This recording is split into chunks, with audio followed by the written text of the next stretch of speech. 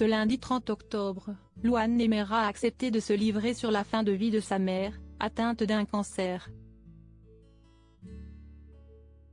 Pour le podcast Belle et Rose, l'association dont elle est la marraine, la chanteuse était très émue en évoquant les derniers instants.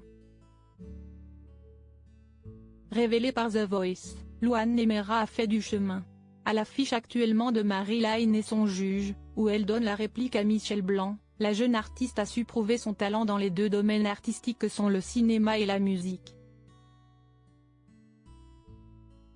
La jeune femme de 26 ans est aussi très prise dans sa vie personnelle, en étant notamment la maman d'une petite Esmée, née en mars 2020.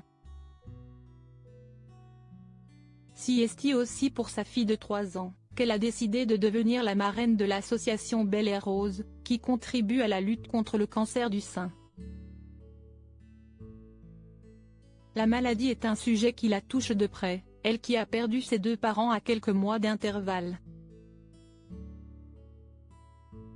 J'ai perdu ma mère d'un cancer, c'est un sujet qui me touche, admet-elle ce mardi 30 octobre, dans le podcast de l'association. C'est hyper important de se faire dépister, rappelle très justement l'artiste.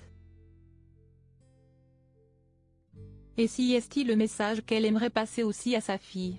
La famille est particulièrement importante pour Louane Nemera, elle qui est issue d'une fratrie de 4 sœurs et un frère issu d'une famille recomposée. La perte de ses parents, courtiers en assurance, a dû la souder d'autant plus à ces derniers. À leur mort, l'interprète de Secret a été gardée également par une nourrice, Monique, qui lui a transmis sa passion pour la musique. Pour elle, les choses négatives et les drames sont bons à transformer en moments forts et peuvent apporter du changement positif dans la vie. Derrière tout ça, on voit les choses autrement, confie-t-elle. Au sujet du rôle d'accompagnant, elle le connaît puisqu'elle l'a été pour sa mère.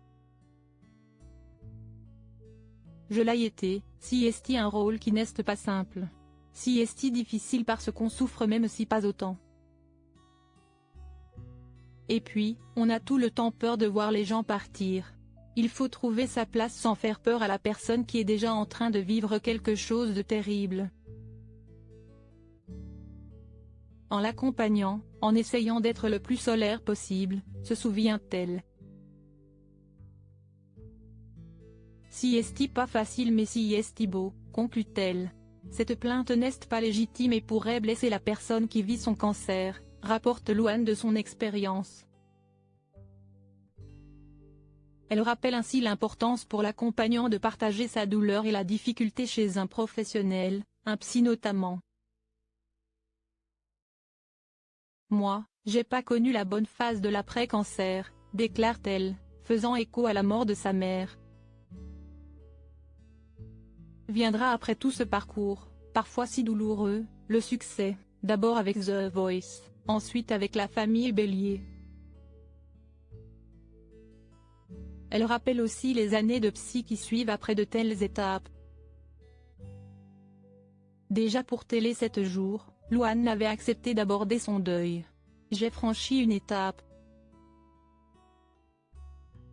Il y a quelques années, je ne voulais pas en parler, car c'était hyper viol, par moments. Des journalistes me demandaient, qu'est-ce que ça vous a fait de perdre vos parents? J'étais totalement hallucinée. Bien sûr que c'est douloureux, de perdre ses parents. Aujourd'hui, j'ai appris à vivre avec, j'ai grandi avec ça.